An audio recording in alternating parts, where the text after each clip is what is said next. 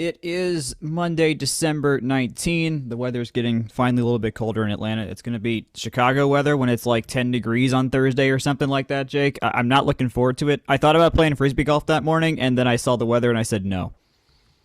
So, not to pull the Chicago weather straight out of the bag, but I will actually be there after about this time tomorrow. So, by the time you guys are listening to this, hey, maybe I'll be in Chicago. But Friday, there's supposed to be whiteout blizzard conditions, and from the National Weather Service, impossible to drive. So, perhaps I won't go into the office that day. Do It the might be Bears a have a work from home day. Do the Bears have a home game on Saturday?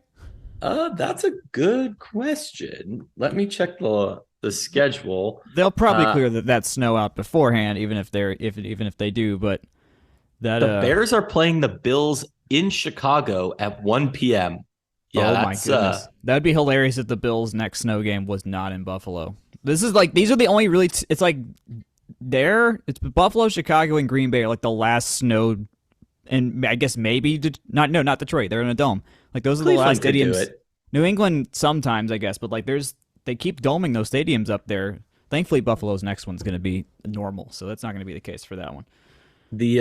The Minnesota Vikings played like 2 years in the University of Minnesota's stadium, and Right. there was a couple really great chilly games up there. I remember, and I think one was impromptu when the Metrodome still Yep, existed. that was the game that extended Brett Favre's career or consecutive it extended his Ironman streak. He had every injury a 45-year-old quarterback should have, and because the game got delayed another day, he was able to start and continue that streak. It was wild. That's the NFL. Sounds That's like not. it. Yeah, it was wild time as a 13-year-old Jack, just hoping that would keep going on. Um, we will acknowledge there was. I'm gonna say that was of the best soccer games on Sunday in the World Cup that I've ever seen. It was very similar to the MLS Cup final in terms of one team having a lead, losing it, and then going back up in overtime or going back up in extra time, and then losing that lead and then winning in PKs. MLS Cup did the exact same thing with Philly and LA, except there was no red cards. That was the only thing that the MLS Cup had. Did you watch any of it? So weirdly, this is pretty rare for a soccer game. It started before I was in church, and church went really long because it's Christmas singing time, and I love that. I'm in the choir, but it was very long, and so it was still going afterwards, simply because it made it to extra It time. was a 3 hour game. Yeah. So I was able to finally catch extra time when we got to brunch afterwards. So it was a marathon, not a sprint. It really But I was was. very startled to see that it was in like the 90th minute, the first 90th minute, I guess, is how you count that. Yeah. I don't know. I'm not a soccer guy, but It was yeah. incredible. That was, I mean, of the greatest. That was, just in terms of general, like it came up today, one of my slacks for work, the question had to be posed: what was the greatest game you've seen? Because when you mix just the significance of that particular game, who was playing, and just everything about that game, it's immediately up there, and the goals scored and everything. So, Yeah. Lord willing, tech games have anything remotely close to anything that happened in this World Cup. Because good Lord, I will note Atlanta United player Thiago Almada was on the bench for Argentina, making him the first active MLS player to ever win a World Cup. Wow. So that means Atlanta United won the World Cup. That's how it works. That's totally how that works. I appreciate the grind there. One thing I did want to just kind of reminisce on, going back to a little bit of podcast lore. I mentioned this. I don't know if I've ever mentioned this on the live button, but the first ever Scions of the Southland test episode was recorded the same day that France won the World Cup in 2018. Oh wow! Which I remember explicitly because I was in France at Georgia Tech Lorraine at the time, and I went to the town square. They had a football bar. Everyone's out and about. And I walked back afterwards, just kind of to soak in the scenes and see all the people out in the streets, and very hospitable, very friendly, joyous atmosphere. And this was in not France's biggest city, but not a small place either. Right. And yeah, it was just kind of surreal to walk around the place when that was all going on. I don't know. Not that it made up for not being in Chicago when the Cubs won the World Series, but I kind of I was like, oh, maybe this is what that was like for people who actually got to be there. But yeah, Yeah, sorry, not no, to you're not fine. to indulge myself too hard there.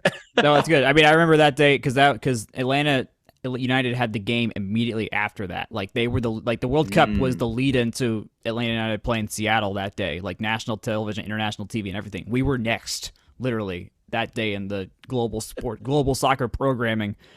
We did not win that game, sadly. That much I remember. But it was watch that final in Mercedes Benz. It was cool watching on the Halo board and other various screens around the stadium. So maybe we'll get that. Well, we won't. Maybe we'll get that in 2026. Who knows what to do? Watch for parties all and the whatnot. I know we have a lot of actual tech grad listeners who are obviously there's some overlap with the folks who listen to this podcast. Anyone who went to GTL, the dinner that night, I do recall, was Pizza Box, which is a little pizza shop kind of on the second floor down the ways from the actual campus. So Mhm. if anybody else wants to go down sentimental nostalgia, random pizza place, soccer lane, that's what we're going with tonight. I did not do GTL. My brother did it though, so I've heard many good things about the place. And speaking of people on campus, there was graduation this past weekend on Saturday and Friday. 23 student athletes graduated between baseball, women's basketball, football, cheer, men's swim and dive, women's tennis, and track and field. Most notable names on here: Demetrius Knight, Dante Smith, Zamari Walden, Dylan Leonard, Malachi Carter, Luke Benson, Claire Moritz in the track and field and cross country world. Those are the names that I recognize off the top of my head here. Do any of these other names stick out to you? Yeah, so couple graduates I want to mention as well. I mean, I got nostalgic before thinking about the 2018 World Cup, and I also get nostalgic thinking about the 2019 baseball team. Court Rodig was a freshman on those teams. That was kind of the first year I'd followed college baseball as a whole, and also like outside of the immediate start of the season. I guess that's kind of a good way to put it. So I didn't really know much about the team coming in, but Court was a big part of the staff that year. He started the 2019 game up in Truist Park, the rubber match of clean old fashioned hate, and that was really a phenomenal game. 19,000 people, just really a tremendous memory, and he was a big part of the staff on that team. Academic honor roll. He was accoladed kind of a couple times on the flats. So really, all around phenomenal. Just part of a couple of really great tech teams. I also want to shout out Sam Crawford, who I believe his master's is in aerospace engineering. Yes. So phenomenal work there. That's it's got to be tough to be a baseball player plus master's student plus engineering. That's a lot. Plus But aerospace engineering. yeah, the stuff's got to fly. That's pretty wild. But yeah, no, that 2019 baseball team was really a lot of fun every time they were out there. Just a lot of characters, great lineup. Seemed like really fun guys to put together a team, and it was great following them that year. Of course, the way it ended was forever seared up there with the Bartman game in my personal sports terrors. But Sorry. but Auburn got the win. Good for them. And college baseball's a long season, and I hope this year is just as fruitful as that one, because that team kind of snuck up on us too. So I remember having to go back out of the stadium during the rain delay. Went to a tin drum to wait it out, and then by the time we realized the game was not starting anytime soon, we went home. And then I watched that home run on TV and was very sad.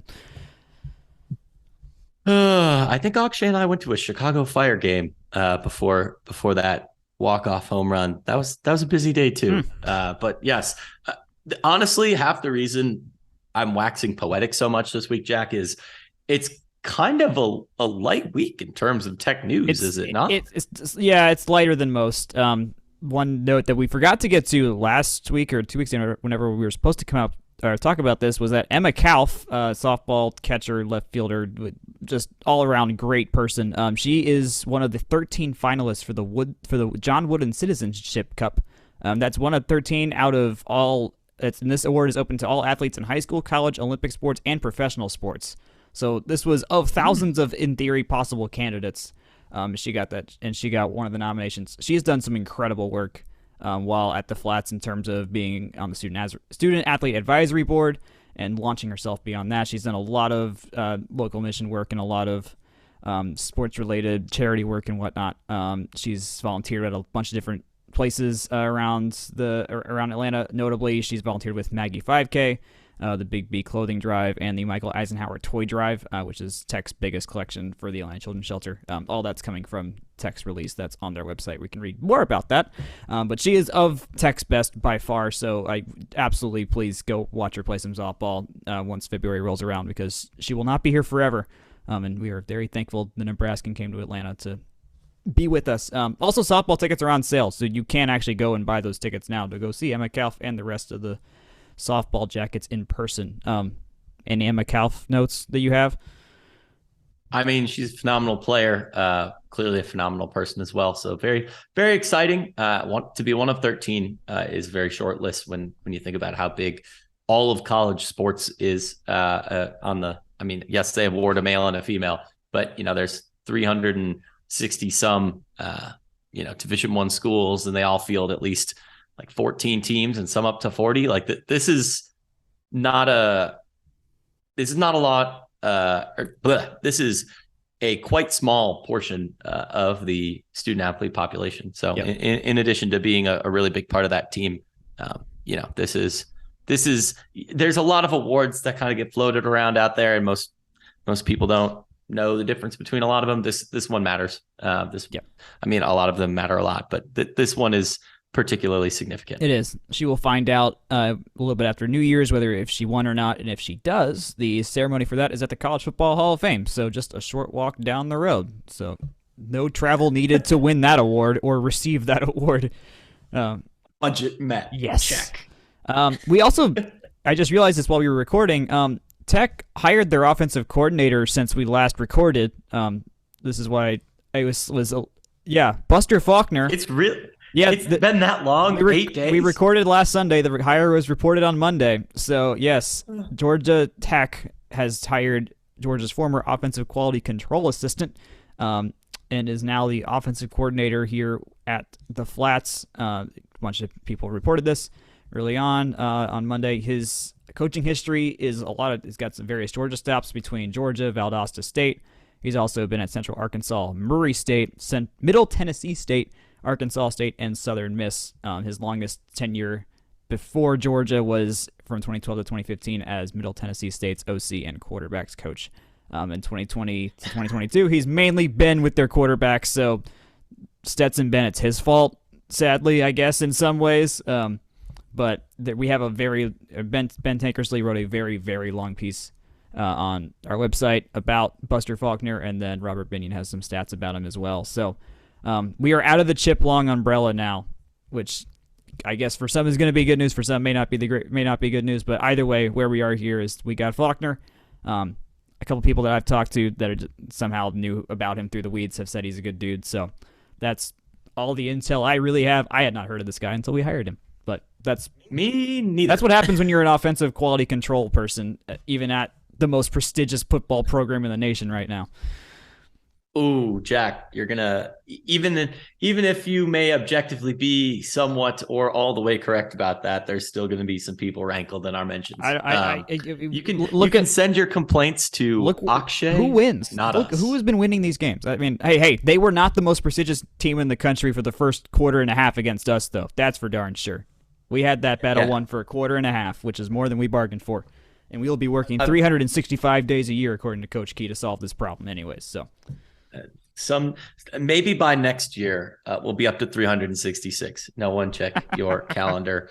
In terms of, my read on it, obviously the first thing that jumped out to me was Middle Tennessee State in the early 2010s. We don't need to go down that road for those of us who recall. We can just leave that one in the past. Otherwise, I did see some scuttlebutt that they were wanting to keep him through the playoff. I do not know how that resolved. My cursory search of the interwebs before we got online here, I did not see any definitive answer. I kind of hope not. I mean, we hired the guy. You're now one of us, but maybe there's contract language there. anyways, in terms of football, there have been a number of signings today, yesterday. Well, really in the last like 36 hours, I guess could incorporate both of those. We'll put some stuff together, and that'll be out in our next episode. Indeed. So that is where we're at. That is where football's at. Recruiting's in full swing right now. Portaling is in full portaling mode right now. We do have a piece that we'll post that's already posted on our Twitter. We'll put it on our Facebook soon about just where the weekly changes are and transfers and everything like that. So that is coming. Keep watching that as you wish. Bowl season's in full flux now. Do you watch any of these bowl games? I can't really do any of these bowl games that aren't the big ones anymore at this point because I know they don't matter outside of the money. So. Oh. Yeah, I mean, I thought the Cure Bowl was a pretty good game. I was looking forward to that as to really, really well-regarded, ranked conference champion type group of 5 teams. UTSA has been really fun the last couple of years. Troy, John Summerall have really been on the come up there. So that was pretty interesting. But I mean, I'm going to be honest. I'd rather spend my limited amounts of sports watching time on Tech itself or the volleyball Final Four and championship that were this weekend, or a Christmas movie marathon, since I will be out of town and not around the friends and the folks and significant of the next week. So it's a balance. One can only watch so much content. There's beautiful large amount of content, but also at the same time, like you look at NFL, like we were talking about earlier, the Bears playing the Bills on Christmas Eve at 1 p.m. Like I just don't see the appeal in that. Did you watch the volleyball final? I forgot to put that on the outline as well. I did not watch the final for the whole time. I was in and out on that again because that was Saturday, but Thursday, really wire to wire for, gosh, what was that? Like 4 hours of volleyball. Those are some long games too. Really, really good ones. Normally volleyball, if it's a Tech versus a lowly opponent, is like an hour and 20 minutes. But if you're playing a five setter on ESPN, no less, that's a 3-hour affair. It goes from the length of The Lion King all the way to the length of an Avatar movie. That's where it goes to if you go from 3 sets to 5 sets. And the thrill also exponentially increases unless you lose 15-2 in the 5th set. They were playing fast. Those San Diego, Texas points in particular were long rallies, but also really quick. So it just kind of made me go, Tech's got their work cut out for them next year. They were number 16 in the final poll for those listeners who are on the edge of their seat. Yes, no, that was a good update. I did forget about that. The final AVCA ranking came out after Texas swept Louisville in the final 3-0, pretty convincingly, although they had to win 4 straight points in the 3rd set to win the 3rd set and take the title, which poor Louisville, they were right there at the end to at least buy another set. And Tex, I mean, I don't know, for those that did watch Texas volleyball this year, that this team is ridiculously good. And I don't know, Jake, you'll be able to answer this for me. Is there like an award for like the single best male or female NCAA athlete? Because if there is, Logan Eggleston needs to be considered on the women's side for how ridiculously dominant she is for on the outside hitting position there for Texas. Let's see. I'm going to do a quick cursory look. The first thing that came to mind for me was the NCAA like Man of the Year and Woman of the Year. I don't know if that necessarily could like. I wonder if that translates to. My guess is that equates more like to the Walter Payton Man of the Year award, less than your play, which that'd be really hard to judge across the 57 sports that they have in the NCAA. So. One other thing that I will note is there is an ESPY for best male and female college athletes. I do recall that. That's Tim Tebow won that twice, so just put that one out there. Maybe one of those was deserved, but that was also when Joakim Noah was killing it for Florida basketball as well. So a lot of that's former Chicago Bull Joakim Noah. That sure is. Remember that team? I remember watching those games a lot because then Al Horford was also on that team, and then he became a Hawk, and that was a whole thing. We are just collaborating my nostalgia right now. I'm sorry. The 2010-2011 Chicago Bulls. Jeez. I was going to say one other thing on like volleyball best player. Must not be important though, because I cannot remember for the life of me what it is. Before we move on to the rest of our current events, I am going to plug section 103 before we get too far away from that. One thing I do want to highlight this week, because we love section 103, great partner for us, great tech Christmas gift, of course. But one thing I do want to highlight is the interactiveness and the responsiveness of Stephen and the gang over there. Obviously, the voting on the polls is pretty well known, I would say, at this point. You get to put in your thoughts on what should be tech's next design. Currently, there are 6 up there. I will not try and influence the polls. I will just vote, because that is, the point of democracy. But I do want to say that Stephen and the gang over there do a great job being receptive to, the polls and interacting with the fan base, just to get out more of that tech merch. So definitely do that, and also really appreciate the handwritten touches. It's very thoughtful and kind of good Christmas vibes in terms of the gang over at Section 103. As always, free shipping, orders over $70, and you can find them at section103.com and on Twitter at section103. Of the last note I forgot on volleyball, in case we forgot last week, Julia Bergmann was named to the second team All-America list nationally. So that was what I was forgetting, yes, wasn't it? Yes. So that is back-to-back versions of that for her, and 3 total All-America nods between. I think she had an honorable mention her sophomore year, and then went to second team for this year and this past season. So big kudos to her, and well deserved. She's been of the best athletes on Tech's campus, which me and Jake are going to do some sort of figuring out of where she stacks up all time with the rest of the athletes that have ever come across campus, but that's more of a summer project when we get there. But in case you want to think about that with your Tech friends and family throughout the holidays, some ranking of your favorites or the best, we're going to start with just the Tech Sports Hall of Fame, because there's a new entry this year, but there's at least your starting point to get some discussion on that. I will say, I am very bummed that the tech bracket that they put out during COVID of like the greatest teams of all time for Georgia Tech kind of fell through the cracks. I feel like that was something that kind of came right out of the gate with some publicity, and I'm honestly not really sure how it ever wrapped up. So kind of in the same vein as that, it's really comparing apples to horseshoes to, I don't know, pizza. But a lot of different stuff. We'll find a way. Probably the Cumberland game one, if I had to guess. Hopefully not, though. There's been other stuff that happened. I think it was on a team by team basis. Oh, okay. Knowing Tech, it was probably the 1990 national champs, because that's right. And also football. They really do put, for those that haven't been a student recently, they really do push like the Cumberland game as lore more than they do the fact that we won the national title in 1990. I don't know if you experienced that too, but like just in terms of like fun stuff to talk about the football team, that was always more repetitive than the fact that we won it all within a couple generations of us being on campus. Yeah, fair enough. So, moving on to stuff that actually has been happening recently, at the Flats, Alabama State played the men's basketball team as the only game the last week before finals kicked in. Alabama State, I believe, is ranked 350th or somewhere around there in KenPom, so in terms of this game was going to be a blowout the whole time, it sure was. Tristan Maxwell started. Javon Franklin was still hurt with the groin, so he did not play. But Tristan Maxwell, going into the game, 6 buckets made all year.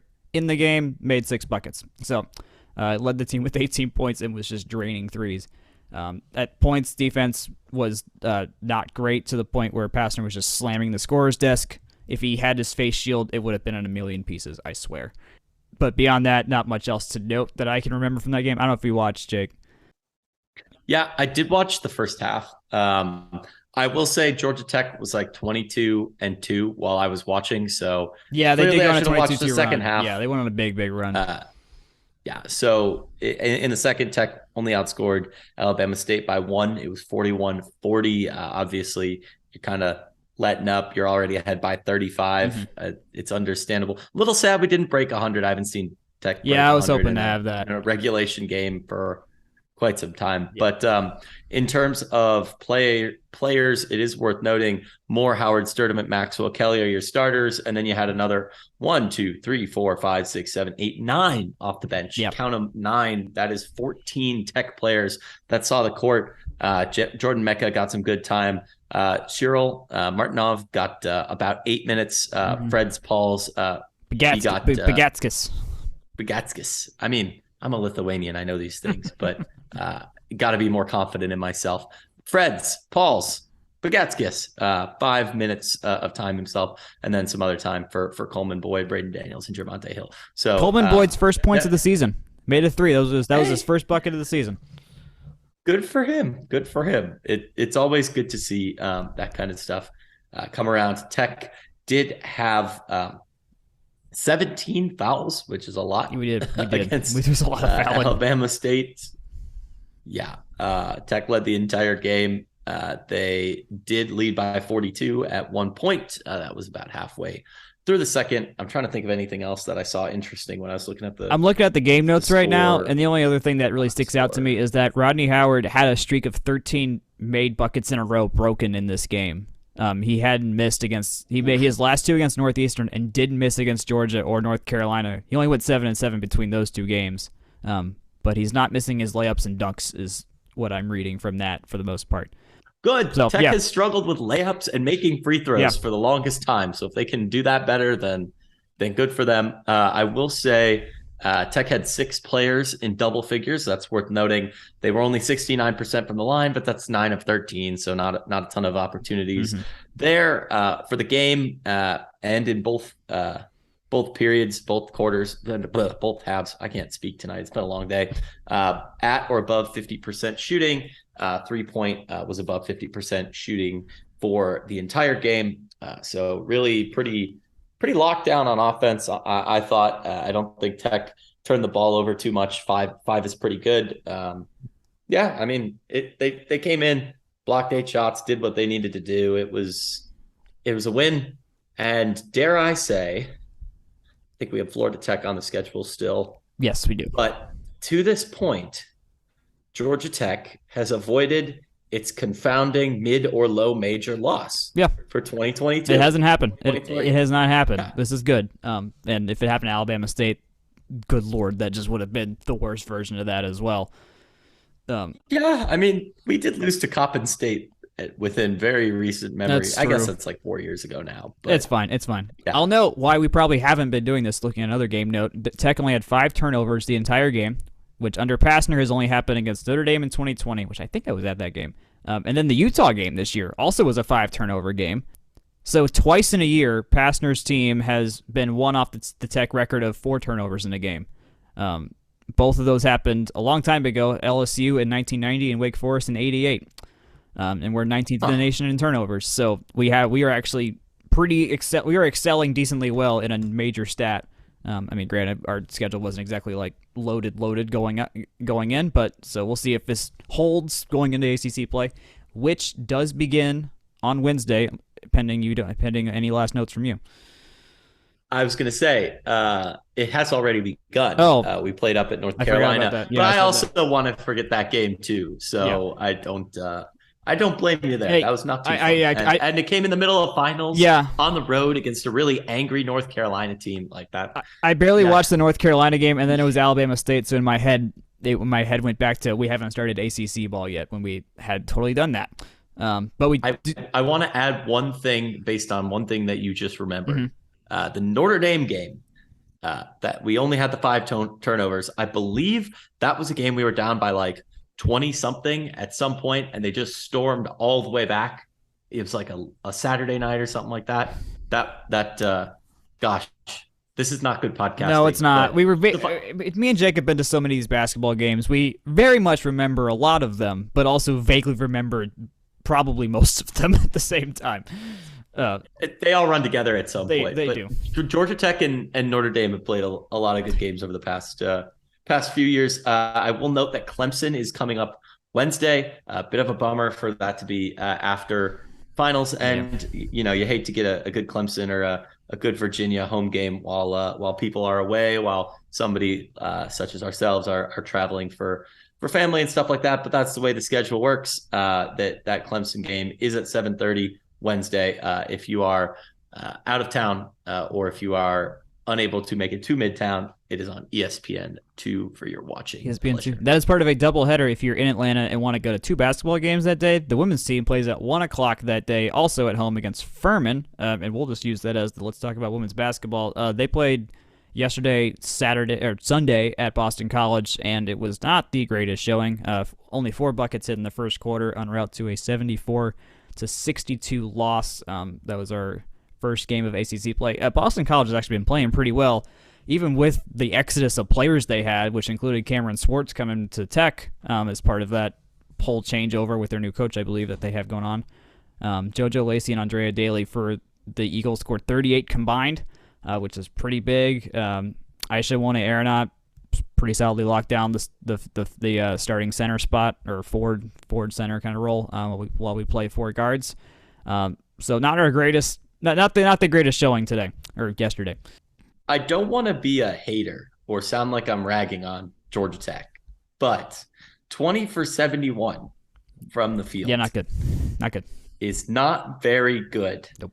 And there wasn't really a lot of bright spots because it just seemed like everybody was confounded through this game. But to their credit, they had to go right on the road after what I'm sure was a grueling finals week. So that counts for something, but it doesn't show up in your final score and losing by 12 to Boston College. I kind of said this in Yellow Jacket Roundup. This is a game that a lot of Tech basketball fans, men's or women's, kind of circle as a win when they see it on the schedule. Yeah. It's like Duke football. Doesn't matter how good the other team is. Doesn't matter the context, when in the year it is, who's coming off of finals or a bye week or whatever. It's just the kind of game in a rough and tumble ACC that you gotta bank and you gotta win. Of course, Tech is still 8-3. It's pretty good. Got a lot of schedule left, but gotta learn the right things from this game. Yeah, we do. Their free throw shooting was fine. Despite Cam Swartz being 1 of 8 from 3, she hit all of her free throws, which I think were 9 of them. And Tech, I'm reading the recap on RamblinWrec.com, and there's a version of this, very easily a version of this game that's very different because Boston College had 5 very late points, which then put them up 41-34. So this very, very much could have been a 36-34 game at half, or something plus or minus X number of points. But a 7-point lead going into half, that's a dagger, especially if you think you're going to be right there. Aaliyah Love had 8 points in the second quarter to kind of charge us back in, and then didn't last. We were down 6. Was that 6-7 with 4:30 to play? After Swartz got some points, we had a 14-3 run in the fourth, which that would have been great. But the ball always swings back the other direction at some point. So that's what happened there. Well, and one thing go ahead. I was going to say the kind of the overarching theme that I think kind of helped this all line up together is it is worth noting that Boston College had 38 points in the paint to just 30 for Georgia Tech.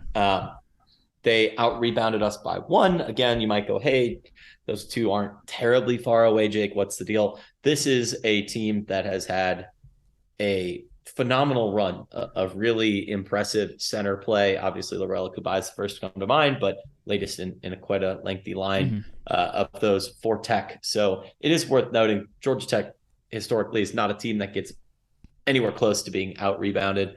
It's a team that dominates the paint. So just kind of yet another example of the world being different. And again, a team with a license to shoot, but going 2 for 15 is really tough on the day, contributing to that 20 for 71 shooting margin. And rebounding was a big issue up front in the beginning of the year. The Florida Gulf Coast swing helped a ton. We got back into it. This was kind of, I would say, an average game.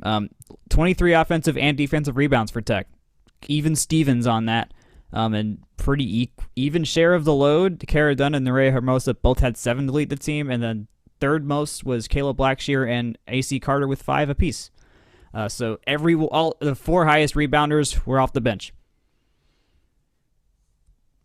Yep. So that's always an interesting predicament to put yourself in. I will say Georgia Tech did play another relatively long lineup.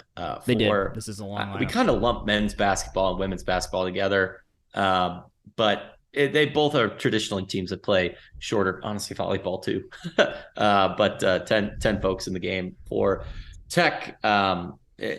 Just it didn't really seem like much was really clicking in the way that it necessarily needed to. But again, they're making their free throws. That's good. That's not something they've traditionally been able to capitalize on. So if you're looking for some bright spots, you got that. And Tech will be, again, at home with another tune-up versus Furman before they go on to Virginia in the week after that. And they get some time off for the holidays and stuff. Going for win number 9. Jake, do you have any fun statistical bits from your web of numbers and things that started when you got to campus or something like that? I forgot what Akshay calls this, if he calls it anything. It's a bit that needs a clever name, and I'm workshopping it. So if anybody has thoughts, let us know. That being said, today our theme is men's basketball, and I've picked a year. The year is 2017-18. I picked this year because we were not terribly good that year. I will not beguile everyone with all the twists and turns of the results from that year. But let's just say that it began somewhat ignominiously with, this is the women's basketball. I'm looking for the men's. I'm trying to find the exact score. So and we picked this year because this is when I started school at Tech that fall. Yes. I remember when I wanted to. Yeah, Tech scheduled a solar eclipse for us. It was very nice. Yes. It was a year that began rather ignominiously with a loss in exhibition to Georgia State, a win against Faulkner, a loss in China with all the events that went on with that game, a couple wins against a bunch of nondescript teams, and then a self-inflicted loss when a tipped shot went in against probably the worst team in all of college basketball. I remember seeing the self bucket to lose. Oh, right. Oh, I forgot who we played, though. I went with men's basketball specifically because... Oh, wait, it was Grambling State, wasn't it? Yes, It was Grambling State, 64-63, and that's the number I was looking for. But I went for 17-18 because the theme is basketball, and the theme is also some nostalgia. So if you want to remember just a very forgettable basketball season with me and indulge me on this, Georgia Tech on the year went 6-13 in ACC play. Despite that, they finished with winning score differentials, right? So they outscored just 4 opponents, right? So, obviously you play a couple teams twice, et cetera, et cetera. Okay. Yep. Yes. So among those teams that Georgia Tech played, all of the ACC is represented. Mm-hmm. I want you to guess who of that year Georgia Tech finished with the greatest score differential and the lowest score differential. Okay, gotcha. In ACC play that year. Okay, so best and worst point differential. We weren't good that year, so that immediately puts Duke and North Carolina high up in my thought process because those were they were good back then. I think I remember they were good back then. Who was bad back then? I don't remember who was bad back then. I'm just going to randomly pick North Carolina State that we had the best score difference. Oh, no, we didn't have to play them twice, though. Okay, never mind. I'm just going to... Okay. We did only play them once, and it was a win. It was a 3-point win at home. It was actually a pretty good game. But you're on the right track, so keep going with that line of thought. Okay. Wait, in terms of that, it was a team that we played twice for the worst that had... No, it was a team that we only played once. Okay. I'm just gonna say North Carolina State. That's what the gut's telling me. I don't have literally no memory of anything about that. And then in terms of who we lost to the worst, I'm gonna go with Duke. Both good guesses. Okay. NC State by 3, if that was our biggest margin, might have been even more of a downer than the year was. But the correct answer was we managed in ACC play 2 double-digit victories. One was against Miami, and the other was against Pittsburgh. Oh. And the fun fact that this ties into, in terms of the biggest differential going the other way, is that Georgia Tech has never defeated Virginia in the timeline that this data set exists for. And they got them twice this year. So combined, Georgia Tech finished 27 points in the red against Virginia, which honestly kind of surprised me that it was only that much, considering we played them twice. Yeah. And Virginia was honestly They were phenomenal very good. that year. They were very good that year. In terms of average differential, though, Tech did play Louisville once and was outscored by them by 23 in one game. So, you could slice it a little bit differently. Anyways, all that to say, Georgia Tech men's basketball. If you're ever down, just go play Pittsburgh. But if you're not, don't play Virginia, because that will not. It's not always a recipe to get you right back on track. Do not look ahead in the schedule, considering I just said that, to see who men's basketball is playing the week after next. Fun. Well, thank you for that, and glad I can remember some things about that year of basketball that I largely did not remember in any way, shape, or form. The only thing that I have on the docket left is some miscellaneous swimming stuff in Australia, which I only mentioned because, well, in fun stuff, there was 14 world records set. This is in short course. So what the NCAA metric is for all their meets. The U.S. gained records in the men's 4x200 and 100 free relays, the women's 4x100 medley relay, and the mixed 4x50 relay. Kate Douglas swam in that medley relay, which is of note because that means that there is an ACC swimmer still getting world records out there, which if you watched last year's NCAA or ACC championships and saw just the ridiculous demolition that the Virginia women's team did, this comes as no surprise, and will be the case again this year at the meet in Greensboro, Minneapolis, one of the two cities. I forgot where this year's NCAA championship is happening. But we have the ACC is going to be dominant still in Paris, even if it's graduated swimmers at that point between just the Virginia women. So that's where we're at with the Walshes and Kate Douglas trends. If you're following that at all, I mean, I guess I don't think either of us watched this, Jake, because it was in Australia and probably happening at 3 a.m. But I don't know if we mentioned this on the podcast this week. The only swimming I've caught that isn't Tech recently was some 15-year-old kid broke the American record, not just in his age group, but also the 17-18s. Oh, that's wow. Pretty wild. I don't know where that kid's going, but whoever they are, they probably already have him locked down. Good for them. That was, I believe he went up 44 in the short course yards 100 fly as like a 15-year-old kid, which, I mean, that should be illegal, but congrats. That's where we're at. The kids get faster. I mean, I grew up swimming. I thought I would have been good. I think, and I was good for a 5'3" swimmer that never grew past 5'3" after being 12 years old. Man, I wish I knew what my times would have been if I just gained a couple more inches, but that's neither here nor there. Any last bits before we wrap up? Nope. Again, keep in mind, coming up, baseball and softball up ahead. D1 baseball, I think, did put out Tech's fall report. No free ads, but they always put out some good content over there.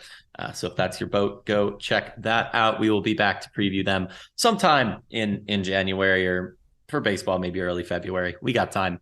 Tennis and golf, spring as well. Swimming and indoor track are on hiatus until, I believe, the first weekend in January for both of them as well. Otherwise, stay safe, stay healthy, stay listening to Scions of the Southland. As always, you can find us at fromtherumbleseat.com. An article goes up with these every week, and it is a pleasure to write with a bunch of the talented folks over there. So go ahead and check out their work as well. We really try and cover the whole spectrum of Georgia Tech. You can email us at fromtherumbleseat@gmail.com. For now, you can still find all of us on Twitter at FTRS blog for interactions, for the articles that go up with live tweeting. Really, we do it all on Twitter. You can also find me and Jack at JakeGrant98 and at Jack Nicholas. You can also find Section 103 on Twitter. That's at Section 103. You can find them at section103.com as well. You can find us on Facebook and on Instagram. That's at From the Rumble Seat on both of the Meta platforms. And you can find this podcast wherever fine podcasts are sold, distributed, and what have you. Again, whatever you're celebrating, Hanukkah, Christmas, Kwanzaa, Festivus, have a safe, happy, and healthy one to you and yours. Good night, good luck, and go Jackets. We'll see you when we're back.